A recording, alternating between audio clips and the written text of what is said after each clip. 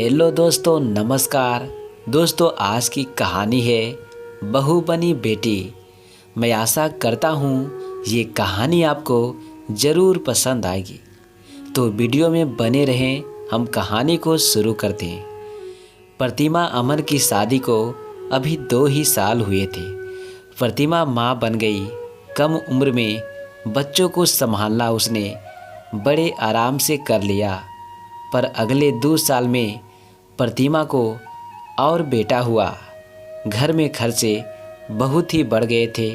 अमन की प्राइवेट छोटी सी नौकरी, जिससे सबका लालन पालन सब ठीक ठाक चल रहा था।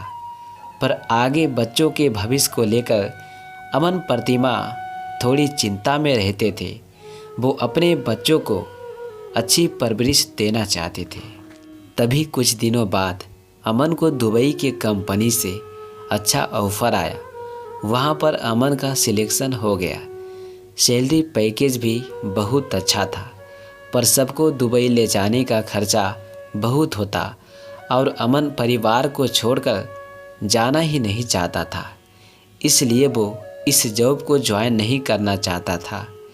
प्रतिमा को पैसों की बहुत चाह थी, इसलिए उसने जबरन बहुत जोर दिया कि मैं यहाँ बच्चों को अच्छी तरह से पाल लूँगी और आप जाओ। समय समय पर बच्चों को और मेरा खर्चा आप भेजते रहना। अमन मन मार कर चला गया। धीरे धीरे उसका मन दुबई में लग गया। बच्चों की परवरिश भी बहुत अच्छे से होने लगी। दोनों बच्चे बोर्डिंग स्कूल में पढ़ने लगे। अमन शुरू में तो 2 साल बाद आया और फिर आना बंद कर दिया। प्रतिमा को लगा कि उसने गलत तो नहीं किया अमन को दुबई भेजकर। अब अमन पैसे तो भेज देता, पर आने में आनाकानी करने लगा। धीमे धीमे वो बीवी बच्चों से मतलब रखना बंद ही कर दिया। अब उसकी एक गर्लफ्रेंड भी बन गई थी। वहाँ की नागरिकता लेने के लिए उसने उस लड़की से शादी भी कर ली। अब तो वो घर आना जैसे मानो भूल ही गया। प्रतिमा ने अपने बल पर बच्चों को पाला, बड़ा किया और फिर बड़े बेटे की शादी कर दी। बड़ी बहू तो आते ही बेटे को लेकर अलग हो गई। प्रतिमा बहुत टूट चुकी थी। पहले पति और बेटा, धीरे धीरे सब दूर होते जा रहे थे। उसको कुछ भी अच्छा नहीं लगता था। उसका कोई ध्यान देने वाला नहीं था। उसका कहीं मन नहीं लग रहा था। धीरे धीरे वो बीमारियों का शिकार होने लगी। समय के साथ उसका शरीर जर्जर होने लगा। उसको अब बीपी और डायबिटीज की बीमारी भी हो गई थी। ऐसे ही चलता रहा।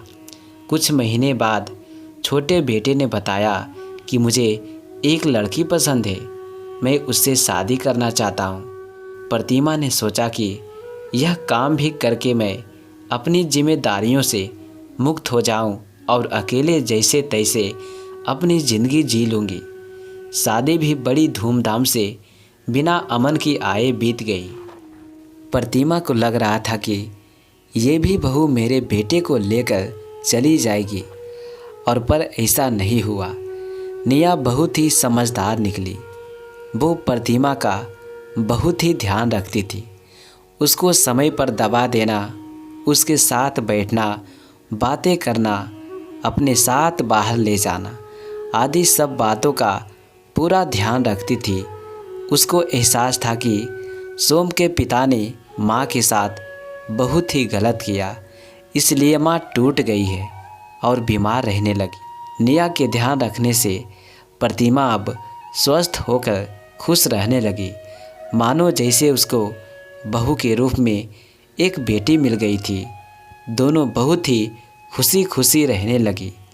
धीरे धीरे प्रतिमा जैसे अपने सारे गम को भुला दी। 1 साल बाद निया माँ बन गई। अब बच्चे के आने पर प्रतिमा का समय कहाँ चला जाता था पता ही नहीं चलता था। वो बहुत ही खुश रहने लगी। उस सबको लगा कि मेरी जीवन में निया जैसी बेटी ना आती तो मेरा क्या होता। निया ने भी प्रतिमा का अपनी माँ से बढ़कर ध्यान रखा। तो दोस्तों, ये कहानी आपको कैसा लगा कमेंट के माध्यम से हमें ज़रूर बताएं।